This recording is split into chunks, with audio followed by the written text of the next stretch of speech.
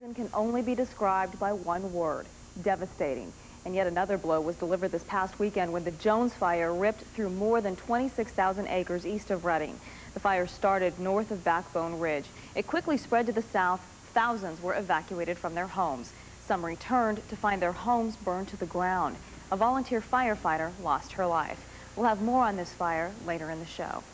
Those scenes from the Jones fire have become all too familiar this year. There have been hundreds of fires here, and they've taken an enormous emotional and financial toll. Preliminary numbers show nearly 430,000 acres of land burned, damaging at least $95 million worth of property, not including the recent Canyon fire in Happy Valley that burned 64 homes, and not including the Jones fire just this past weekend. So far, the California Department of Forestry and the federal government have spent more than $160 million battling the blazes, and we're told by officials that is a very low estimate. We'd like to tell you some more about the Jones fire later on, but first we're going to have a wrap-up of the summer's biggest fires. It all began on 4th of July weekend when a Bureau of Land Management control burn got out of control. The BLM was performing a control burn in the Loudon Ranch area. The winds picked up and the fire took off. It moved quickly toward Lewiston, destroying everything in its path and forcing 500 people to evacuate. When the smoke cleared, 23 homes were burned to the ground, including the home belonging to the sheriff of Trinity County. The night of the fire, News Channel 7's Kelly Smith spoke with evacuees. When people walk into the Red Cross shelter, they first look at the board that tells them what caused the fire and how many homes have burned, and they say it all could have been prevented. At about 1:15 is when we saw the big orange billowing smoke come out. The helicopters came out. Then they started to try to extinguish the fire with the helicopters, and that's when we took the kids and went back to the house and started to evacuate things. And by the time I got to my mother's house, it had burned to the ground, and it's less than a half a mile from where we were at. Do you know where your parents are now? My parents were both in Redding, and they're now on their way back here to Weaverville. My dad had to stop in Lewiston because he's the sheriff to try to, get a handle on everything with controlling everything and what was happening. Our family members are all okay.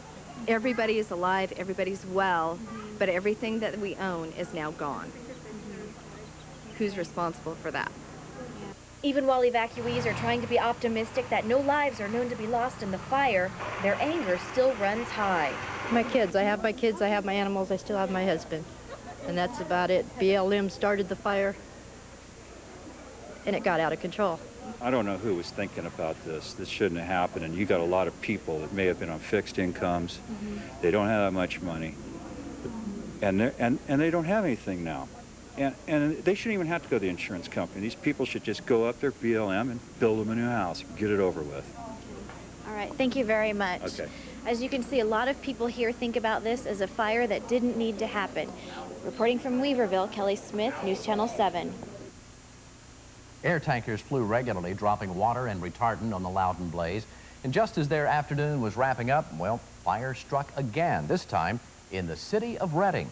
The fire was sparked by a teenage arsonist. It, too, burned fast and furious, creating quite a show for residents in the area. But eventually, that show got a little too close to homes. The fire jumped Interstate 5 and raged toward homes in the Tanglewood subdivision. Hundreds were forced to flee for their safety. In the end, the fire scorched 100 acres, but didn't destroy any homes. The Loudon blaze was the first in a long time for the North State where a large number of homes were destroyed. It was a reminder that fire doesn't only devastate property, it leaves its mark on families as well. Here now, the story of a family and their unforgettable little boy who lost their home in the Loudon blaze. Amazing. It's gone. We lost everything Friday, and they were doing really good keeping it back, and then they ran out of water and they left. And when they left, I left.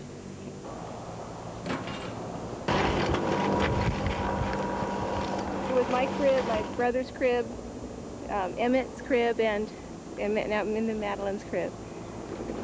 There it is. It's gone. She's 1 and my son's 5, and it was hard. It was probably the hardest part is to see him be sad about losing his toys. That's where the wheel was. My dad was going to take these triangles off front. These look like the rest of it blowed out. I wish I'd stayed a little longer. I wish I'd gone through the house one more time looking and grabbing things. But, you know, what can I do? It's been done. I can't go back and redo it. So, just thank God for what you do have and keep going. Small fires continue to pop up in the North State, but nothing out of the ordinary for the summer. That is until lightning struck hundreds of times.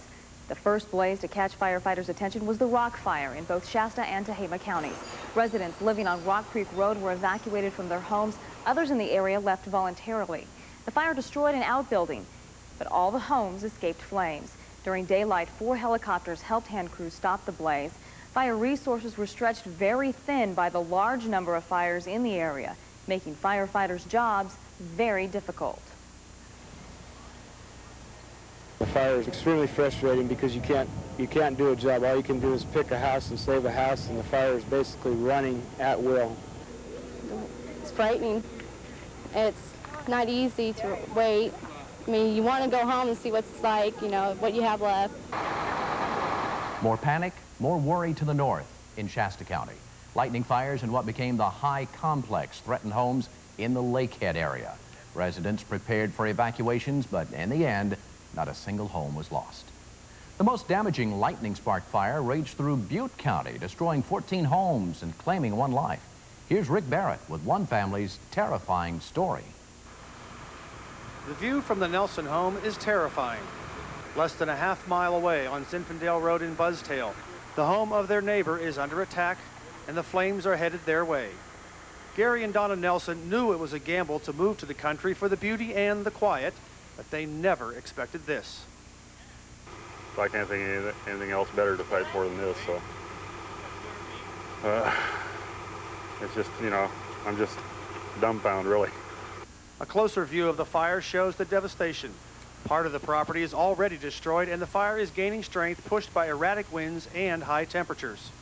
The power of this fire can be seen by this tree behind me, which just moments ago exploded into flames. And it's just one of several trees burning in this area. Neighbors who have lived here longer say the lightning storms and the dry conditions gave a bad feeling something bad was going to happen. I mean, after the big lightning storm we had up here, I mean, it was like right on us. And I was guessing that we were going to have something like this, but I think it was going to be this severe. Back on top of the hill, the Nelsons have made their decision. I'm here till the last of it all. I'm not going to leave my home. Both Donna and Gary Nelson say they have faith in the fire crews that they will be spared so they can once again enjoy the area they have come to love. In Buzztail, Rick Barrett, News Channel 7. Just when firefighters began to get a break, the gunfire in Tehama County rekindled itself, consuming thousands of acres. Here's Tehama County reporter Andrea Nakano with the story of some residents who evacuated from their homes in Panther Creek. Panther Creek residents were ordered to evacuate their homes as the head of the fire quickly moved in a southwest direction. Folks had very little time to get their valuables and leave. All we did was just throw these things in the motor home. Matter of fact, the lady, fire lady helped me, and we just pack it up and just throw it and run. CDF dispatched all its available resources to the gunfire, but crews are having a tough time battling the winds. Not necessarily hard to get aircraft in here to fight it, it's how effective they are with the wind. As the wind increases in intensity, it decreases our the effectiveness of the retardant that they're dropping, and then again, safety starts playing a role into it for the aircraft itself. The fire has not damaged any homes, but it has now moved into the wilderness area of the Lassen National Forest, which means CDF will not be able to use some of its ground mechanized equipment, such as dozers, and that will definitely hurt the firefighters' ability to contain the fire. Reporting in Tehama County, Andrea Nakano for News Channel 7. The largest lightning spark fire in the North State is the Big Bar Complex. It consumed more than 100,000 acres and continues to burn nearly 2 months after it started. It alone has caused $67 million in damage and cost nearly $40 million to fight. In the early stages, it threatened homes in the community of Denny, but firefighters managed to keep it at bay. High winds helped it jump containment lines this weekend, but firefighters once again have gained the upper hand. Fighting the same fire for months on end is extremely draining on firefighters. Yeah, later in the show, we'll have more on how they cope with those long days on the fire lines, like of the Big Bar complex. Well, things did calm down a bit after the lightning fires. Many in the North State thought the worst was behind them. It wasn't. When we come back, a broken trailer and a windy afternoon pave a trail of destruction through a North State community. Just when firefighters gained the upper hand on the lightning fires, Mother Nature dealt another blow. A fire accidentally sparked in Happy Valley. High winds whipped it into one of the most destructive yet. 270 structures were burned. 64 of them were homes. Here is how News Channel 7's Curtis Ming reported the fire the day it happened.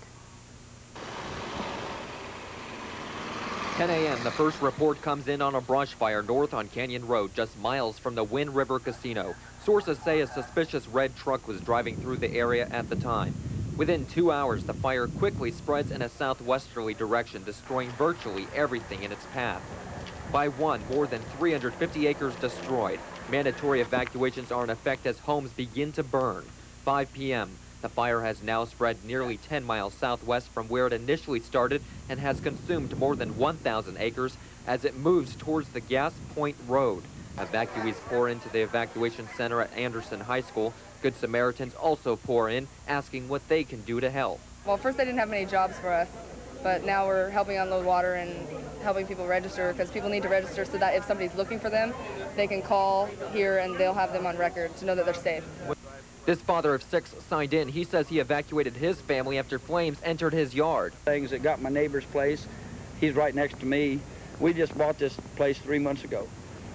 This woman had quite an ordeal as well while evacuating. Someone crashed into her car, forcing her over an embankment. After getting checked out by paramedics, they say she's okay. You could see the flames. They were all over. What did you take with you? I took this purse. I took my papers, my bank papers, and my little dog.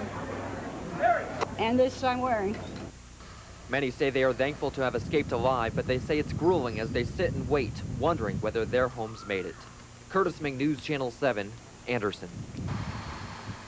Investigators now say 2 men were towing a trailer which was dragging its loading ramps on the ground. Sparks flew, and that is what ignited the fires. Investigators say they have interviewed the men and witnesses and have determined that the ramps accidentally fell because of faulty equipment. The investigation will be turned over to the DA's office. Caused by an accident like this, we wouldn't even submit this report to the DA's office. But because of the large amounts of damage in this case, we feel it'd be prudent to have the DA's office review the report. The 2 men are not cleared from civil lawsuits. If homeowners choose to, they can sue the men. Starting over after a fire can be especially difficult. So many mementos turned into ashes. Our Rebecca Lackway takes a look now at one woman who must make a fresh beginning at age 80. Debris. That's what's left on Evelyn Carpenter's property. She lived here with her 91-year-old mother-in-law before fire ripped through the neighborhood and changed their lives forever. I just can't believe it. But here is 60 years. Not even Evelyn's cat escaped the flames. Her singed whiskers are a testament to how close Evelyn came to losing everything. She did lose so many things she's collected during her 80 years, many of which can never be replaced. And I too have had a big family Bible that went back 5 generations. Evelyn's situation is proving to be tough on her friend, Ray Branson, as well. He worries about whether Evelyn will be treated fairly by her insurance company. It hurts me more than words can express. I cry because I know what she is going through and what everything has meant to her and what she has done to help others all of her life. Everywhere I look, it's just complete disaster. With so much destruction all around, it's easy to forget that each pile of rubble represents a family's memories.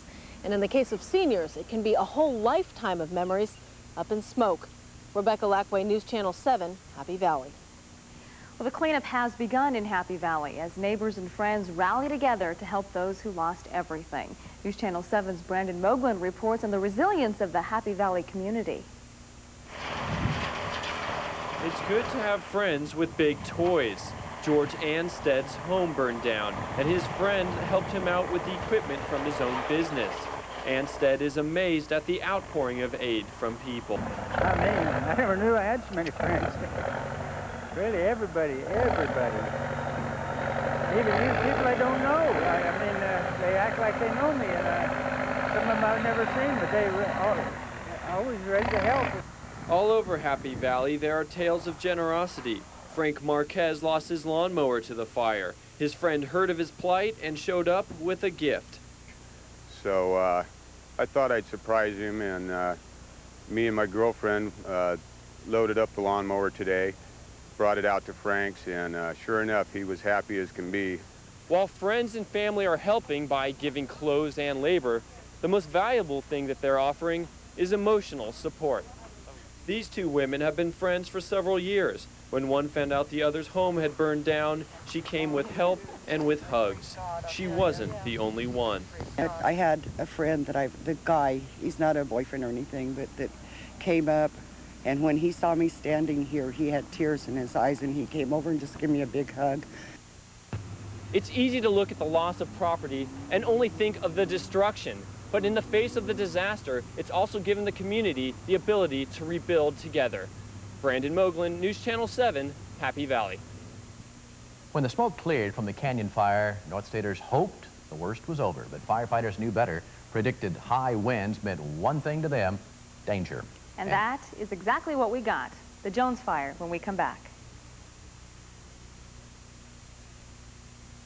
Tonight, the North State's reeling from the latest fire. The Jones Fire ripped through 26,000 acres Saturday, destroying 58 homes, 30 mobile homes, more than 200 outbuildings. News Channel 7's Curtis Ming did live reports all day from the scene of the fire. Here's how he reported on events Saturday night at 11 o'clock. We are here in Anderson at the evacuation center. Of course, as you mentioned, this is one of two, the other one being at the Intermountain Community Center in Round Mountain. But so far, we've been told that a couple hundred people have checked in here, and about 38 families, in fact, have also checked in here. Now, of course, these evacuation sites were set up after a day of terror from the fire that started in Jones Valley. Around 4 o'clock in the morning, firefighters get the first call. An inferno is burning along Backbone Ridge in the Bear Mountain area. Winds are erratic, gusts topping 40 and 50 miles per hour, driving the flames toward Bella Vista, destroying virtually everything in its path and forcing hundreds to evacuate. I was pretty much the last one out of there, and it was burning. It was pretty scary for me and my family because we have animals and we couldn't do anything for our horse. By sunrise, hundreds of firefighters rushed to the scene, frantically working to get this fire under control. But the winds are too strong and the flames tear through an area filled with hundreds of homes. By 8:30, the fire has already reached Highway 299. The road is closed at Old Oregon Trail after flames jumped the road and moved toward Palisadro, still ripping through neighborhoods and burning more structures. By 9, the original command center at Bella Vista Elementary School is evacuated itself. A new one is set up at Shasta College. By 10:40, the fire has already moved through portions of the community of Bella Vista. That house is fully engulfed, and those flames you see are shooting between 20 and 30 feet up into the air. Then this church and more homes burn. Still no containment in sight. By early afternoon, the violent winds turn in direction, this time moving in a southwesterly direction toward Old Oregon Trail. News Channel 7 photographer Stan Bergeron and I show up at Nick's Grill on 299, but the flames did too. So right now we are completely surrounded by flames. And during that live report, we find Sherry and her husband Kevin Ross. Flames come right up to their house, but firefighters managed to get there just in time to save it. Almost burnt my house down. Thank God for CDF and firefighters and my husband's perseverance. My house is still standing. An unbelievable day out on the fire lines. And coming up in a few minutes, we will speak with a representative from the American Red Cross. He will give us some tips on what you can do at home to help fire victims and also what fire victims should be doing right now about coming to the evacuation center. Reporting live in Anderson, I'm Curtis Ming, News Channel 7. Let's go. Now, just what started the Jones fire is still under investigation, but fire investigators believe they know where it started.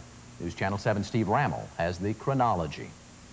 The Jones fire burned so fast, so hot, firefighters had a really tough time getting control of it. This, however, is the containment field, and this map was supplied to us by the Jones Fire Command Incident Team. As you see, this 26,000 acres represents quite a bit of land, a lot of structures, but I'd like to stress not all of this area burned. The fire began Saturday morning about 4 o'clock, first reported in the Jones Valley area, kind of vague area, but firefighters believe the start was right along Backbone Ridge. By 6 o'clock, by the time most of us got on the scene, it had already burned this much of the area in the Jones Valley and was moving to the south. By mid-morning, the fire had already jumped Highway 299 and was moving toward Little Cow Creek, and it also moved toward the town of Bella Vista. That's where the fire split off into the two fingers you see here. To the southeast, across Little Cow Creek, the fire burned into the Swede Creek Plains, and it moved down south toward the community of Palisadro. However, firefighters were able to stop it before it reached the area of the new Foothill High School. Now, the fire also burned another stretch, as you know very well. It burned to the west. It burned across Highway 299, just west of Deschutes Road, in about a 1.5 to 2 mile swath that continued south all afternoon. By 7 o'clock Saturday night, it had jumped Highway 44 and was moving toward the Reading Airport. It continued to burn in the evening all along the airport stretch, just to the east of the airport, but firefighters were able to keep the flames back away from the airport itself. By 11 o'clock on Saturday night, the fire had burned all the way down to Fig Tree Lane. That's where it jumped one line and got one house. But most of this has been contained, or was contained, by 11 o'clock Saturday night, and they really held the area after that. This area, once again, would like to stress, not everything in it burned, but in these 26,000 acres represents numerous homes and nearly $5 million in damage. I'm Steve Rammel, News Channel 7. Most victims were allowed back into their neighborhoods for the first time Sunday afternoon. Curtis Ming was also there as people returned. Tell me what it's like not knowing. It was the worst thing I've ever dealt with. It really was. Sonny Campbell spent all of yesterday and last night at a relative's house, but was among the first in this morning after the neighborhood was reopened. Yesterday was a day she'll never forget.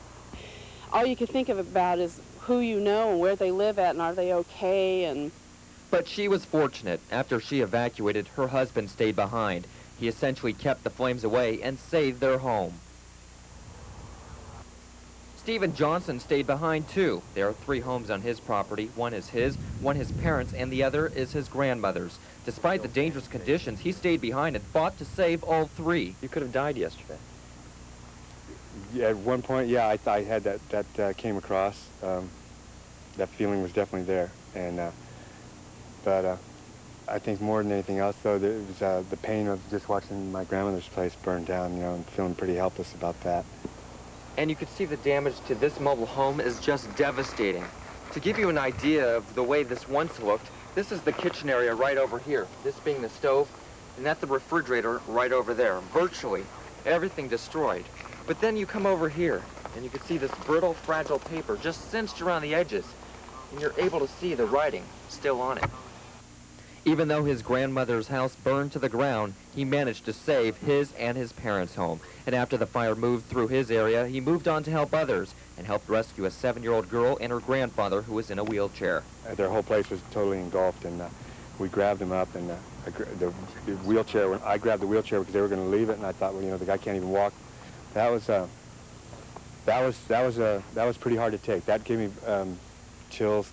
And heroic efforts like his are why so many homes are still standing today. Curtis Ming, News Channel 7, Bella Vista.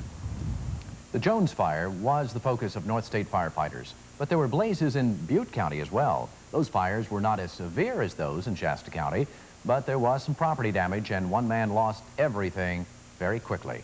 CDF reports more than 200 acres burned on the Oregon Gulch Road area.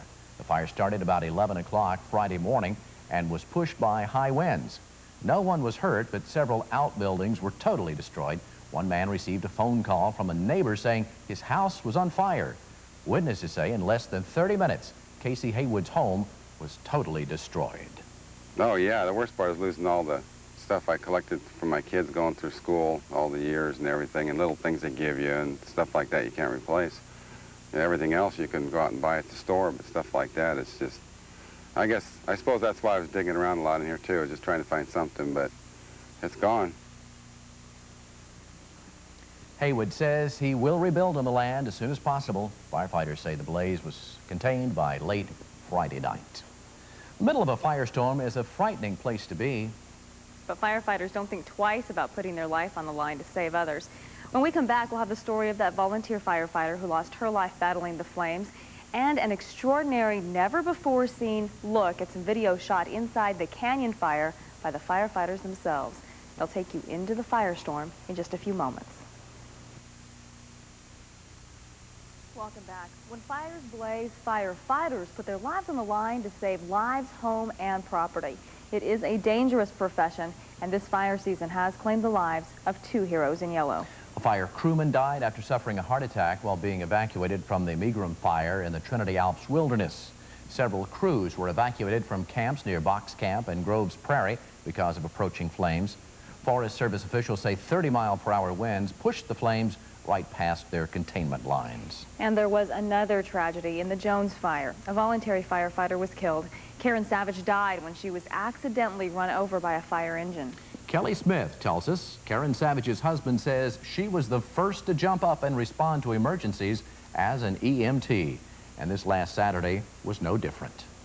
Little girl is too young, only 6 years old, to understand her mommy's never coming home. Karen Savage died trying to save other people's lives and homes, something her husband says she lived to do.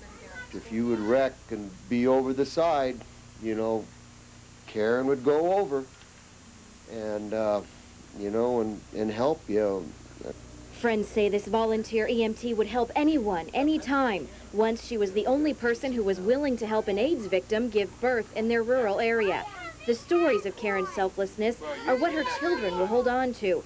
And young as they are, they want to let people know she was a good mom. She would always play with me each time I woke up.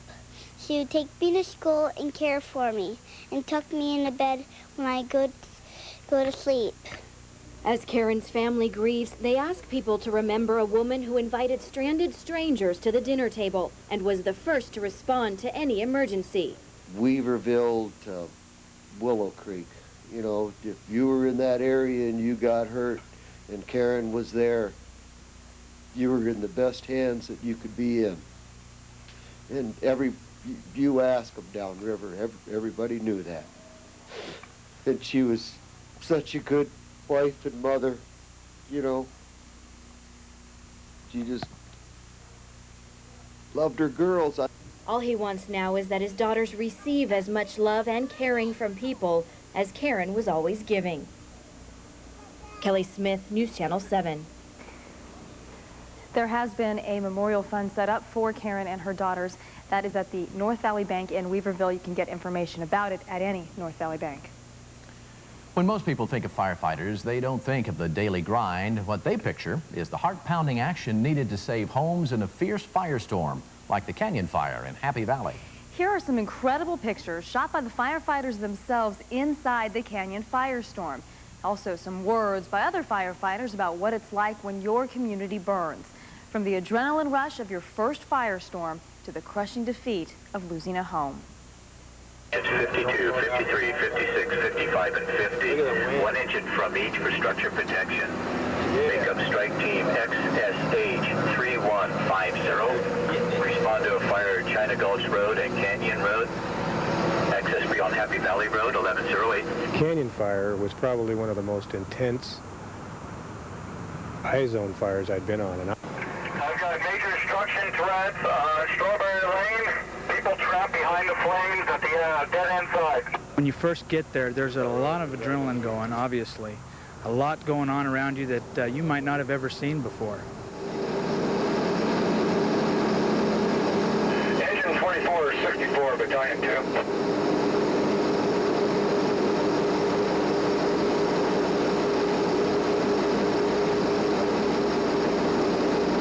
Engine 2464, Battalion 2.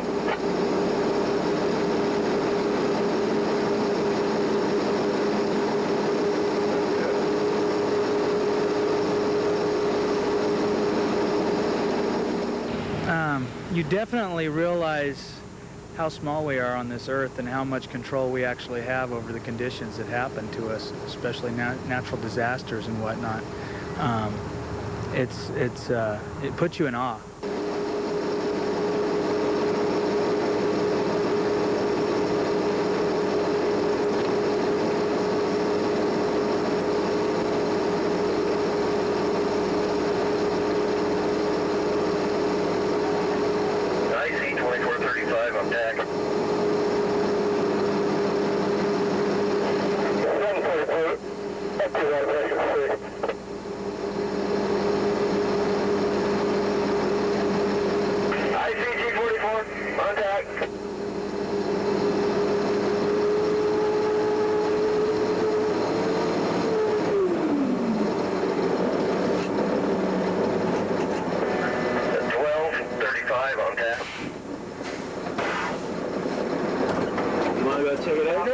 Oh my God! That is awesome. Yeah, you did a good job. You want me to run around? Hang with us for a bit. G44, 244 on deck. We're gonna have to get. Come on in. The backside hit is probably gonna catch on fire. Yeah, but we're giving it an effort here. Now it's quite a storm. It's getting dark, isn't it? We're gonna eat now. We're out of water. Right. It's another day at the office, Dad. There's cattle running around. Yeah, well. You sure you don't want to check the back? There might be some little stuff we can do. Yeah, it's a little spooky right now, so I would say let's go get some water real quick at the hydrant. Battalion 2614, I'm ready Battalion 2 on tack. Man. Yeah, oh man. Battalion 2614, Battalion 2 on tactical. Is that a firestorm? Yeah, a firestorm. Jeez. You okay? Yeah, we got pretty good. It went from pitch black to nothing, to pitch black to bright. That's some radical winds, bud. I feel bad. I don't think that place is going to go. Well, I can't. You can only do so much as one engine. Because you have to judge when to leave the house to go to the next one. You just can't stay there and let the firestorm go through and then stay there for an hour or two because there's other homes and there's only so many engines that get to so many houses. Going, Abe. It's going. I can see it. It's gone. I'm on 2435, Jerry. Come up on Happy Valley Road. We got lots of fire up here. Yeah, copy. We're heading on through. We'll be up there just a few minutes. Yeah, take it left. It's across Happy Valley Road. God knows where it's going. Copy. We'll be there in a few minutes. Man, that's the most disappointing feeling I've ever felt. That's our job, to go out there and save as many homes and property and lives as we can. And when we actually lose homes, we take it very personally. CDF people are local people. I grew up here, went to high school here, lived here. You know, that community I fought fire in for over 20 years, off and on. And it's your home. And that's kind of a sad part about the thing. Man. Oh, man. Let's pull the wildland hose right there. We're going to save this house. Okay, let's do it.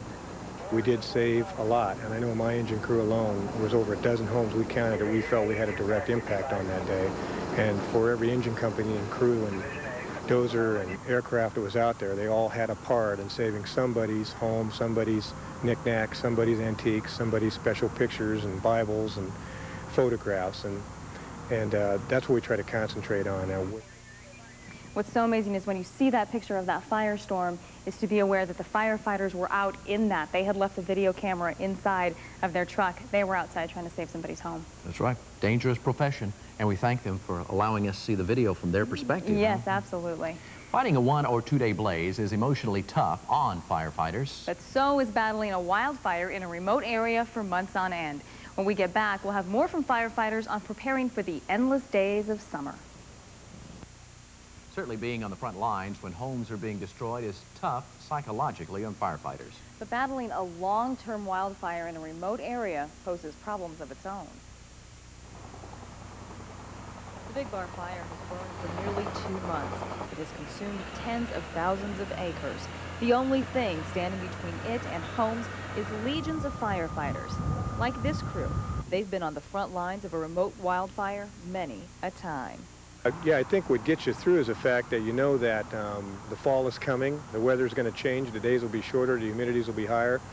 But we mentally and emotionally try to gear up for fire season, and we know it's going to be potentially grueling.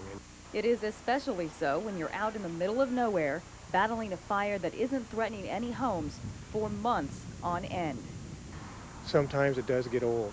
You get tired, you get fatigued, you're tired of the same old sandwich bags, and you're tired of sleeping not in your own bed, and your family's tired of missing their dad or their mom. Then the worst happens. The fire jumps containment line. In a lot of cases, you work days on end to get one objective done, to hold one piece of line, and you put, you know, hours and hours in. And when you lose that piece of line, it's heart-wrenching. But there is a reward at the end of the monotonous road. Sometimes, you know, you have bad days, and it doesn't always go the way you want it to. But at least at the end of the incident, you know you've tried your best to bring an end to it, to bring some peace to a chaotic atmosphere, and that's very rewarding in itself for you. You're not getting really anything material out of it, but it makes you feel really good when you walk away from something and you know you gave 100%. They're still out there giving not just 100%, but 110%, 120%, and they will continue to be out there to battle all those wildfires that threaten people's homes and wildland. Yep. Firefighters aren't the only ones coming to the rescue, though, when disaster hits. Volunteers at the American Red Cross drop everything to help those who need it most.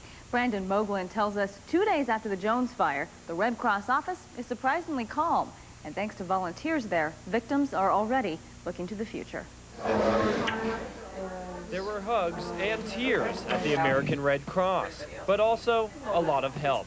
I'm a little like Santa Claus. I give all these gifts, but they are needed gifts. Here at the Red Cross, victims gathered to plan their next moves and to take stock of their losses. It's kind of a strange feeling coming up that hill where we lived, and seeing just the foundation of the house and everything else melted down. I got my kids, I got my grandkids, I got my niece and nephew who were with me. I got a brother who let us come out and park in his front yard. Yeah, I got a lot. We'll be okay. More than 30 families visited workers at the Red Cross who will do what they can to get people back on their feet. We have family service workers there that will be working with them and assisting them with their future needs and see where they're at as far as their clothing. They'll be giving vouchers to help them with clothing and food. Though people have lost their homes, they haven't lost hope. Everyone at the Red Cross agreed there are still plenty of reasons to feel lucky. Brandon Moglin, News Channel 7, Reading. This has been the worst fire season in recent North State history, but it can happen again. What doesn't necessarily have to happen again is the destruction. When we come back, firefighters will have some tips on how to better prepare your home for when the fire comes. Californians will always have to live with fire. It is an integral part of our way of life here in the North State. But just because we live with it doesn't mean we have to allow it to destroy our belongings. Firefighters tell us a few easy steps you can do around the house can mean all the difference when the firestorm rages. It is most evident in the skies over the Canyon fire. Homeowners that have cleared space around their residence had a much better chance that their homes were left standing after the blaze. First, Mike Weitzman with what not to do. And what is it about this setup here that makes it that kind of example? In this case, there wasn't a lot of clearance around the house, and there was some heavier standing material behind us. As the fire gets into that and gets seated and starts to burn, it heats everything around it, and particularly with the wind, it heated the metal exterior of the mobile homes that were sitting here. It's a design for something to go bad, and in this case it did. Grass that's this high will carry fire with 1 to 3 foot flame lengths. That's enough to get up into the brush, up into the trees, and carry a fire very rapidly. Behind it, you can see that all the grass consumed, just an indication that when the fire comes through, it's going to burn almost anything. So what should this homeowner have done with this grass? The grass should be cut down and all the dead material raked away, and so there's no flame front that comes through. If it does anything, it's going to smolder along the ground. There were homeowners that did everything right. The home should have a minimum of 30 foot of clearance, and they have the grass cut down. Things like boxes can still be a concern because an ember can get in there, but at least the majority of the area has good clearance. Also, this tree here, I think, if I'm not mistaken, the clearance is not quite right. Shouldn't there be a little better clearance there? The branches of this oak tree do not look like they really get over the top of the house that much, but it's still a concern. If you can, you should have the branches cut back, because it's one less thing that can get heat or hot material onto the house. The green lawn, is that a big help also? Green lawns are an immense benefit in that if an ember gets on them, it'll very often stay in the lawn, it'll cool down, it'll go out. Where if it's a clear dirt area, the embers can continue across, get into any other material that may have stacked against the side of a house, and start a fire even though there is good clearance. If you want to live and be part of nature, you have to realize that if you don't clear things, nature may take its course in the form of fire. If you do clear things, the chances of surviving that natural event of fire, the home should survive. Just because you live in town does not mean that you are immune. There are a lot of green belts in Redding, and chances are your home is a lot closer to one than you think. So no matter where you live, make sure that you create that defensible space around your home. They tell us every year, and sometimes people just don't do it. That's right, and they say it would have saved a lot of homes in both the Happy Valley fire and the fire in Bella Vista. And we'll be right back.